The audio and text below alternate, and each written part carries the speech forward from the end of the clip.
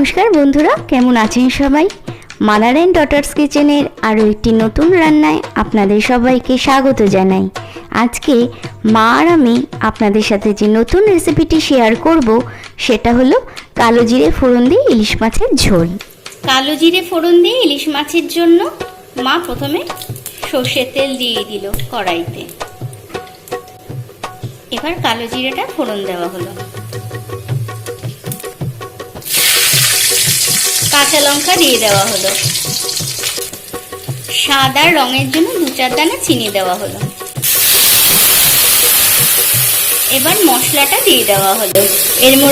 এর মধ্যে আছে নুন, হলুদ, জিরের গুঁড়ো আর লাল লঙ্কার গুঁড়ো, আর মশলা ধোয়া জলটাও দিয়ে দেওয়া হলো।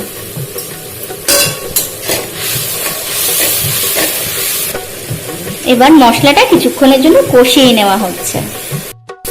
দেখুন মশলার থেকে তেল বেরিয়ে গেছে। এবার পরিমাণ মতো জল দিয়ে দেওয়া হচ্ছে।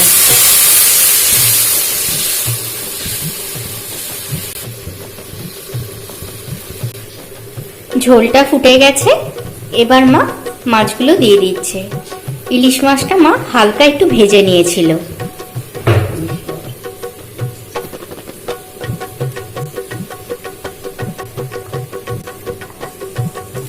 মা কয়েকটা কাঁচা লঙ্কা দিয়ে দিল।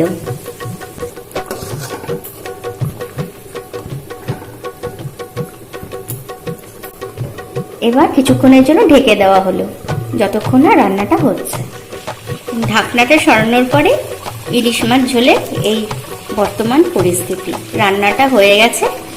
এবার মা কয়েকটা গোটা কাঁচা লঙ্কা চিড়ে দিয়ে দিল। এবার ঢেকে গ্যাসটা অফ করে দেওয়া হলো।